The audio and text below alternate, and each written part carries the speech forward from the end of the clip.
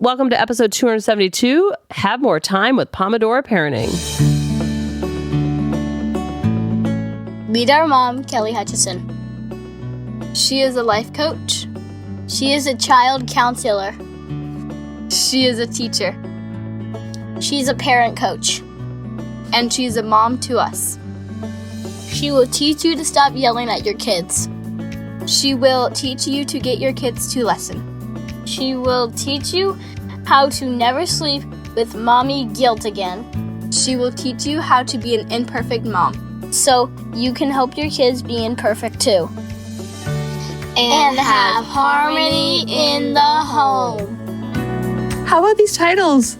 So someone sent me an email and they said, I like your fun titles, but it would also help what problem you're going to solve if you tell me in advance. And I was like, that makes a lot of sense because people want to know, how can you help me? So I'm going to help you have more time with a technique that I did not come up with, but I read about it a couple of years ago and I helped teach my students this, and it really, really helped them stay on task, finish their assignments on time. Because when you're teaching first grade, all the subjects just kind of blend into each other. Whereas in middle school and high school, you have bells and you have a start and a finish. So it's much harder in elementary school and just in general when you have this open schedule, so to speak. And I want you to remember that whatever we're teaching our kids, we have to learn it ourselves. So Grady has just taken up golf and he is obsessed with golf. And so when I started taking him to the driving range, he was whiffing it. And he would look at me like, what am I doing wrong? And I'm like, I don't know. And then I'd say, oh, let me show you how it's done, buddy. And then I would whiff it. He's like, well, that's not going to help me. And I'm like, I don't know. So then he would start going golfing with David to the driving range. And then David could give him some pointers because David can actually hit the ball on a regular basis. I was like, David, do you ever whiff? And he looked at me like it's 7 heads. Like he gets like par on holes and stuff. Like he's like a golfer and he's played all his life. So he can help Grady. I can't help Grady. I can just help him by clapping and cheering for him. Grady has a golf coach. The golf coach can help Grady. Grady's not whiffing the ball anymore. Out of 100, he probably whiffs 0. When he first started, out of 100, he probably whiffed 75 of them. Now, we didn't hit 100 back to back, but you get my point of just the practicing. He did large group, small group, independently. He's always practicing in the yard. He has a little putting green in his room that his godmother, Julie, gave him for his birthday. So he's loving that. He's in the yard, always practicing his swing. He's going to the driving range. He has a golf coach. David helps teach him. So he's learning in large group because he's going to the classes, learning from other kids, learning from his coach. Then in small group, he'll go with me or he'll go with David to the driving range or with his friends. That's a small group. And then independently, see all those invisible hours he's putting in. He's also learning by watching on TV. So it's being modeled to him. And he and David are talking about different irons that the player is using and why, and different woods and the driver and the putter. And oh, this is a good, how to read the course. So this is how he's learning how to play golf. So the same thing works with any other skill that we're trying to teach. He's also learning, ironically, through his Nintendo Switch. He got Nintendo Golf, where Mario's playing it, and then he also got like the PGA version. And he's learning so much by playing that way because he can get different strats, as we call them. He's playing with David. So all these different ways he's learning the game, learning the sport. The same thing goes when we're teaching our kids about emotional literacy and managing their emotions and time management and being organized. They have to learn so much. Being an adult is hard. And think about all the things and all the trial and errors that you had to go through to become an adult and you still are going through every single day. I also want you to remember, and I was always happy to remind myself of how little their brains are and how undeveloped and how impressionable and how they just want to be just like you. So if I don't know how to play golf, I can't help Grady. And that's fine because I can outsource that to a golf coach or I can have David help him more. And Mario is helping Grady with golf more than I am. Okay, just put that into context a little bit. And that's okay. You don't have to know all the things. But whatever your kid's struggling in, it's probably an area that you struggle in too. And that's okay. I remember listening to the Conscious Parent. It was the most eye-opening, trajectory-changing sentence I had ever heard. She said, your child has been born with their own throbbing spirit, and they are here to teach you where you need to grow. Now, I don't really need to learn how to play golf, but if he didn't have any coaches and he didn't have David and he didn't have friends that played also, and he didn't have golf clinics, I would probably have to step up to the plate to learn golf through YouTube, through Mario, through talking to other people. But let's just pretend all those other things aren't there, like David and the classes and the clinics. I would probably have to learn it if I want to teach it to him. So the same thing works with time management. If your kid's having a hard time being organized, if they're a hard time regulating their emotions. And I posted on Facebook, oh my goodness, this was literally such a fun post. I said, what's an irrational fear you had as a kid? For example, I was afraid to step on the drains in the shower because I thought I would fall in. I literally thought, this is like elementary school, that if I stepped on the drain at all, like even a pinky, that I would fall through the hole and be sucked down the drain. Like, what? This is elementary school, people. This isn't like, when I'm 3 years old. This is elementary school, bro. Okay? And like another one that I posted, you guys probably think I'm nuts. I thought the Michael Jackson poster in my room was real because everywhere I went in the room, Michael Jackson's eyes followed me. I didn't realize it was because he was looking right into the camera. Like, what? That's what I thought. And then said poster, I sucked my thumb way longer than I was supposed to. My parents got me medicine to put on my thumb. I'm talking like elementary, middle school, still sucking my thumb, but I hid it from my parents. Sorry, Dad, if you're listening. And then once I got braces, I was like, I think they spent all this money on braces. I should probably stop now. But before braces, braces are the only reason why I stopped. But I hid it for years. And I thought that my parents installed hidden cameras behind Michael Jackson's eyes and they were spying on me to catch me sucking my thumb. Like, this is how little my brain was. And there's nothing wrong with it. We don't want to judge the little girl or the little boy inside of us and all our fears that we had. It just helps you kind of see their life from how little and immature and impressionable their brains are. So think back to a fear that you had that was irrational. I also had an irrational fear in elementary school that I was afraid to sleep over other people's houses. Not because I was afraid something would happen over there at the house, because I had wonderful friends growing up in Coral Springs. I was afraid that if I went to sleep over at Ashley Roller's house, that my house was going to burn down and I was going to lose my whole family while I was sleeping over at Ashley's house. I literally felt that way. So I never slept over anybody's houses in elementary school. Middle school, for some reason, when you think about middle schoolers, if you have one or you've never met one, all of a sudden they kind of wake up to they start questioning things. And that's why the push-pull happens so much as a teen, because they start thinking for themselves. Not that they weren't thinking for themselves K through 5, but they really start thinking for themselves. And that push-pull and that pulling away is very painful, especially if you've ever felt rejection in the past. If you've ever felt rejection from a loved one or a parent or a sibling, when your teen or tween starts to pull away, it's very triggering. It's very isolating. It brings back old pain. And so then we get needier and graspier with our kids and our teens and our tweens, and then they push us away even more because we don't know how to play it cool. NBD energy. And I heard a therapist say something the other day. This is going to be a little daunting to hear. And it's a very strong word. So I want to put up all the disclaimers. But sometimes we need the stronger words to kind of wake us up to what's really going on. It's going to be painful to hear, but it's part of the process. And he said, and it hit me like a ton of bricks. I was like, that's so true. He said, your child's job when they are born is to slowly but surely abandon you as their parents so they can learn to spread their wings and fly. Conversely, your job as a parent is to allow your child to abandon you slowly but surely so they can spread their wings and fly.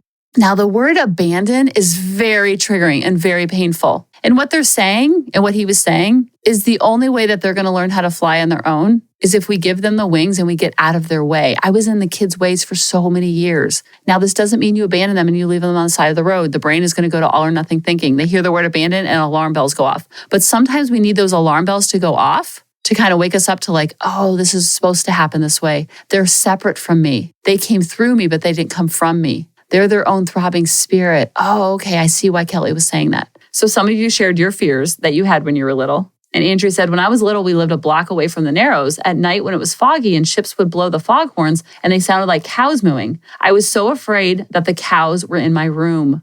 She literally thought as a little girl, the cows were in her room. Now notice, when I was trying to think back to my scariest of scary thoughts, most of them were in elementary school. Because between elementary and middle, we moved from Coral Springs to Boca. So when I think about itty bitty fears of the irrational fears, it was usually when I was in Coral Springs. That's how I know the time frame when I was feeling it. If you lived in the same place, K through 12, then it's probably hard to delineate it. But I don't remember having these irrational fears when I was in middle school. I was doing sleepovers all the time in middle and high school. Never even dawned on me about the fire because your brain starts to grow up and it starts to crystallize and starts to think rationally. But when we're real little, we're so irrational and we are so afraid, and it's very fight or flight. Megan said she was terrified of squirrels. No rhyme or reason. When Lily was 3, she was terrified of dogs. Even if a dog was across the street, 3 streets over, and she could see a little piece of fur and she's in her wagon, she would lose her mind. Now, guess what? She's obsessed with dogs and obsessed with Maggie. Nikki said she was terrified of the treadmill.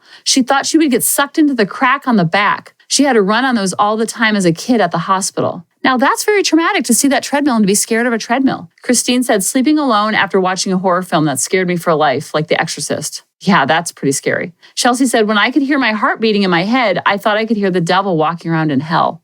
These are real fears that we had. And I'm telling you, when we were little, we could stand in a court of law and testify how real they felt. And that's what our kids are feeling right now about different things. Barbara said, I thought my parents might secretly be monsters who took their human skin costumes off at night, and that's why they wouldn't let me sleep in their room with them.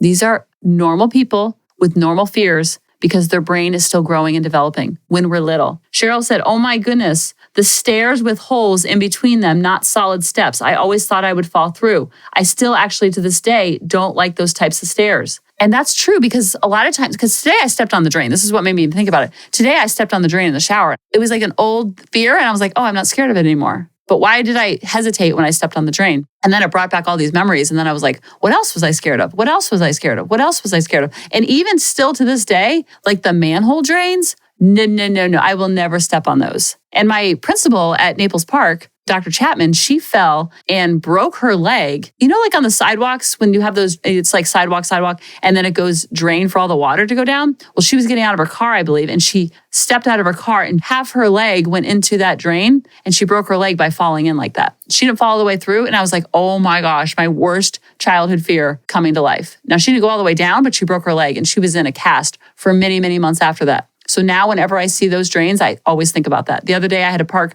to pick up Grady and it was kind of near the drain. I'm like, nope, I'll do another loop around the school. There is no way I'm parking in front of that thing as he steps in and I see it happen all over again. So I tell you all this because whatever skill they're trying to learn, when you think about it as a skill and all that goes into it and how their brain is so little and undeveloped, then you have more grace and compassion for your child to help them. Because a lot of times so many parents will say to me, I just can't stop yelling. And once I start, I can't stop and I can't control it. And I can't reel it in. And I'll say, well, what's your biggest complaint about your child? And they'll say, they just lose their mind. And once they start and they get upset, they can't stop. If something doesn't go their way, they lose their mind and they can't control themselves. And it just is a train that's gone off the tracks and they can't get back on the tracks. Now, it's much easier to see that in that example. Oh, the parent's having a hard time keeping control. So the child's having a hard time keeping control. And this is the beauty of this work, is that we can learn together how to put the train back on the tracks. I guarantee if you're having a hard time with time management, your child will too, or one of your children. And this isn't a place from like, oh, I'm going to beat myself up. I'm not good enough. I'm not good with time management. So now my kids are, now they're scarred because of me. Now they're going to need counseling and now they're going to a therapist. No. This is a journey, not a destination. It's like, oh, I could probably fine tune this and have a little more grit in this area.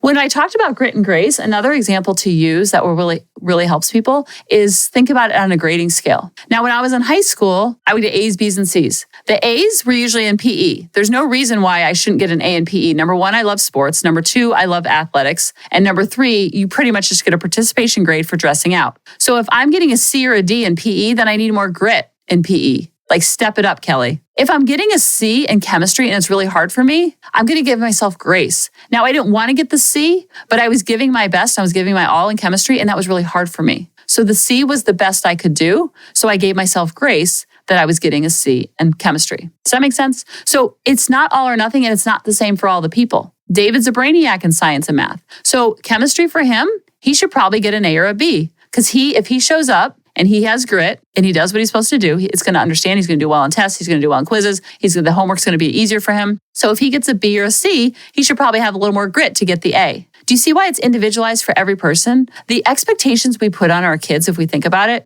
they have to be experts in math, reading, spelling, managing their emotions, sports, making friends, being social, being a leader, being a follower. They have to be like experts in all the areas. And when we think about our lives, we are falling apart at the seams in some areas. And that's okay. We don't get in trouble for it, but our kids get in trouble for not being masters in all the different domains and different areas of their life. So this is where we give our kids grace. And sometimes they need a little more grit. And that's the fine balance between the two.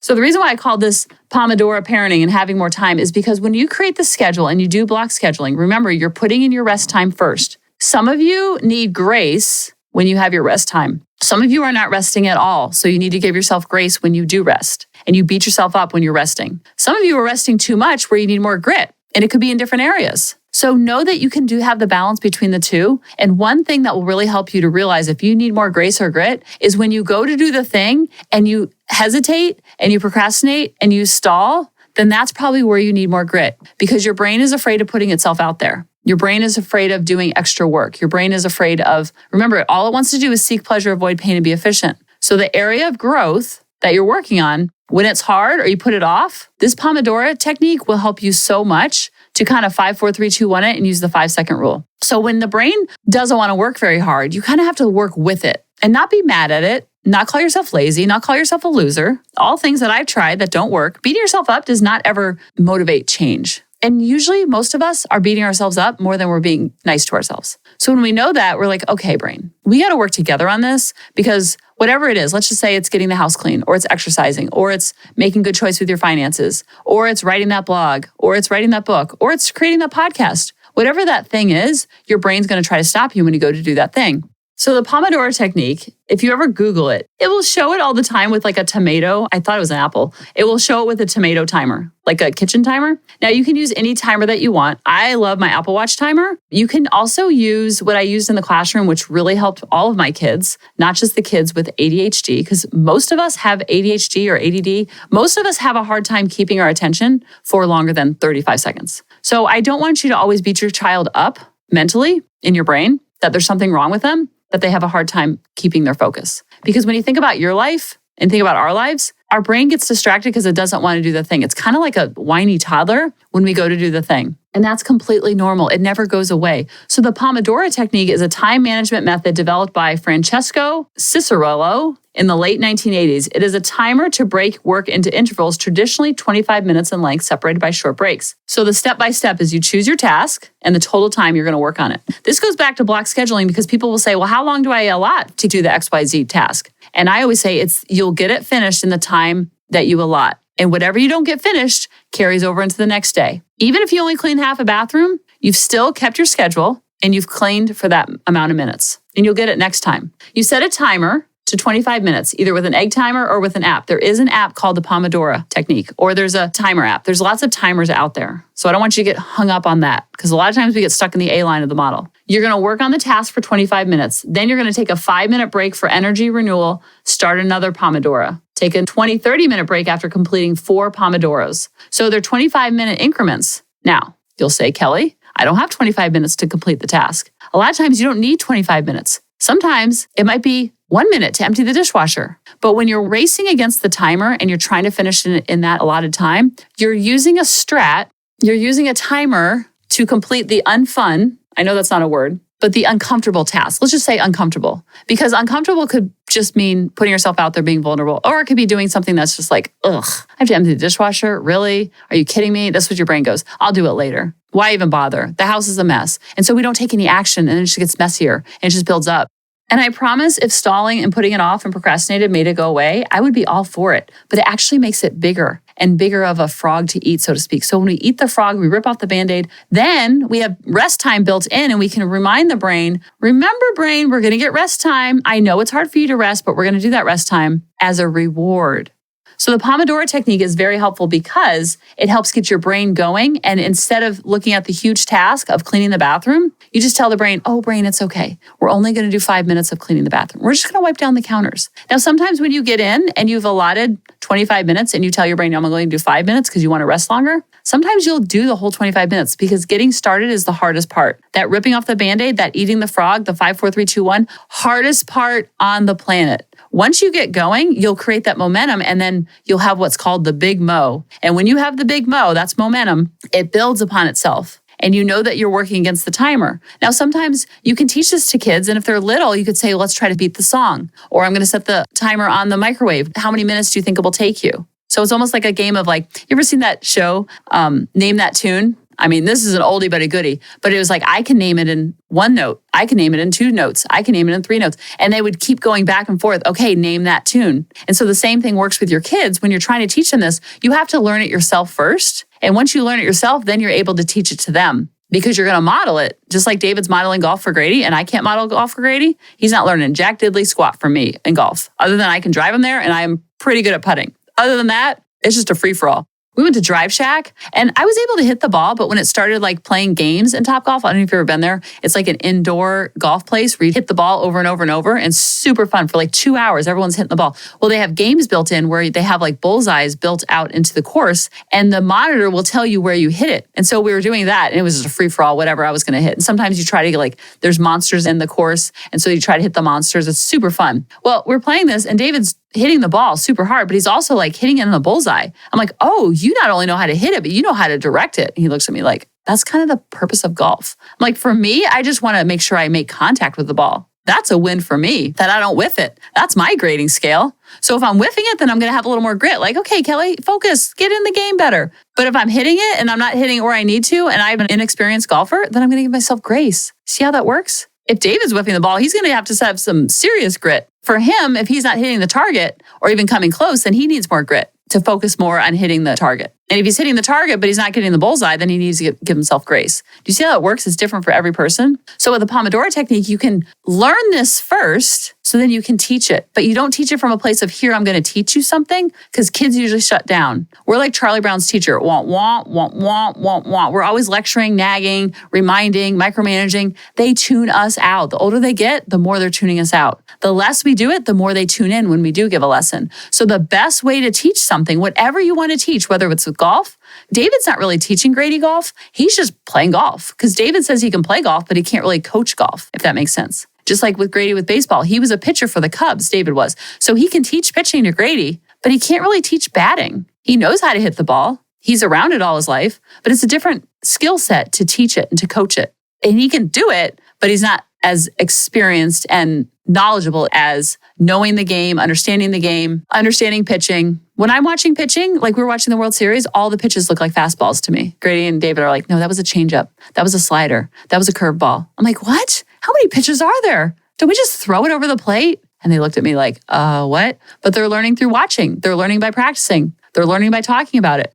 There is something out there called the ADH visual timer. And people, when they hear this, are like, oh, I need to buy it for my kids. I need to fix my kids. No. Buy it for yourself. And then teach your kids through using it, through modeling. And it's a timer I used in the classroom. And it worked so well for kids to kind of gauge their time, so to speak. Because when you tell a child to write a story, let's say, and you have 20 minutes, well, in first grade, they have no concept of time, especially in the beginning of the year. They don't know what 20 minutes means. So my parents used to teach my sister when they were trying to explain 30 minutes to them. So my parents would tell Jennifer, it's one Mary Tyler Moore show. Like, that's how old we are. And so Jennifer would know, oh, it's about a 30-minute show, but they don't really know, because their brains are thinking that their parents are monsters, and they're unzipping at the end of the night and taking off their monster costume. And that's why you can't sleep with them. How are they going to understand what time means, especially the younger they are? So this is a great visual. And what it does is it's a 0 to 60 timer, and it gives a really good visual where it turns all red. You kind of move it like almost like a clock, a face of a clock, and you move it to how many minutes there is, and then it shows red for how much is left in the task. So it's a very good visual for all kids, and all of my students benefited from it. And so you put that timer on, and they can kind of gauge their time, monitor their time, where they are in the story, where they're on a cleanup, whatever it is. And that you can do for 45 minutes, you can do for 25 minutes. I remember I learned that I could empty the dishwasher in 1 minute or less. And I learned that by the blender was going, and I don't like the cling of the silverware because I have really bad misophonia and my ears are so sensitive. So I was like, well, the blender's already going off. So if I empty the dishwasher and do this silverware now, then this is my brain. I won't hear the clang of all the silverware. So I'm like, I have 1 minute of this loud blender, which I don't like the sound either, but I'm like, I'm just going to bust through it and see if I can do it in 1 minute. And I was able to. I was like, this is amazing. Empty the dishwasher without the Pomodoro technique would take me 15, 20 minutes because I get distracted. I put something away and I'm like, oh, this silverware drawer needs to be cleaned out. I'm like, if you give a mouse a cookie, I'm like, ba-ba, ba-ba, ba-ba, ba-ba.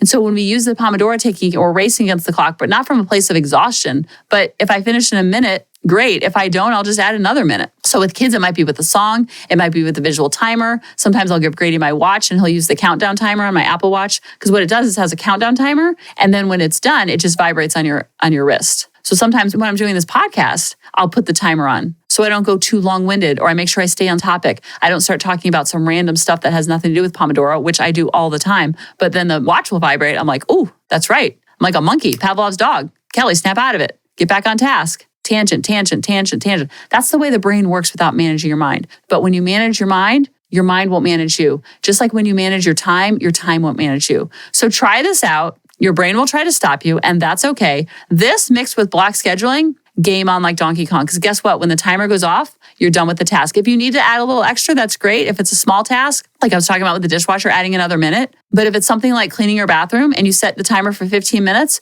you clean it for 15 minutes and then you stop. And your brain's not so overwhelmed the next time you go to do the thing because it's like, it's only 15 minutes. It's kind of like when I go for runs, I don't tell my brain I'm going to run for an hour. I say, we're just going to run for 15 minutes. Then when we're done with the 15 minutes, I've gained so much momentum. I'm like, it's okay, brain. We're just going to do another 15 minutes. And so my brain knows that it's lying, but it still gets on board because the first 15 and the starting, the 5, 4, 3, 2, 1 start is by far the hardest on the planet. And if someone passes me, I don't stop to talk. I'm like, I can't stop because if I stop, I won't start back up. I'll lose all the momentum. Or if I am crossing a street and there's a car, I don't stop running and wait for the car to pass. I literally run in place or I'll turn around and run the other way to kind of buy some time because the big mo really, really matters. I love you guys and I'll talk to you next week. Bye-bye.